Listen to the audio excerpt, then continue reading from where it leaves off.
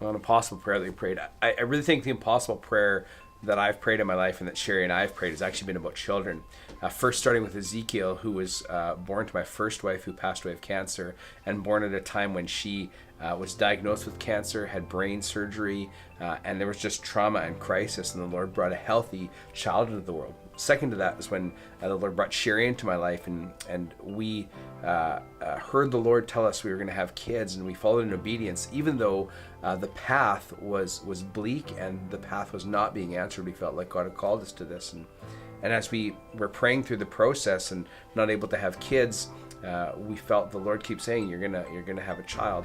We walked in obedience praying for a number of years, 5 and 6 years, until all of a sudden, one Saturday night I said to Sherry, whatever happens, I'm okay. Whatever happens, I'm okay.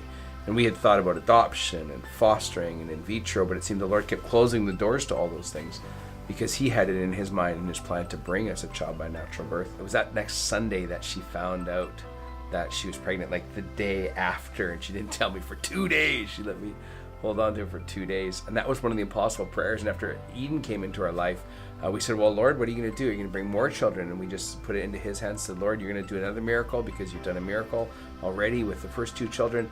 And then he brings Esther into our life, just a miracle by his hand. So that's really been our impossible prayer. I'm a pretty creative person, got a mind that's working, thinking about things for our family and for our kids and our ministry.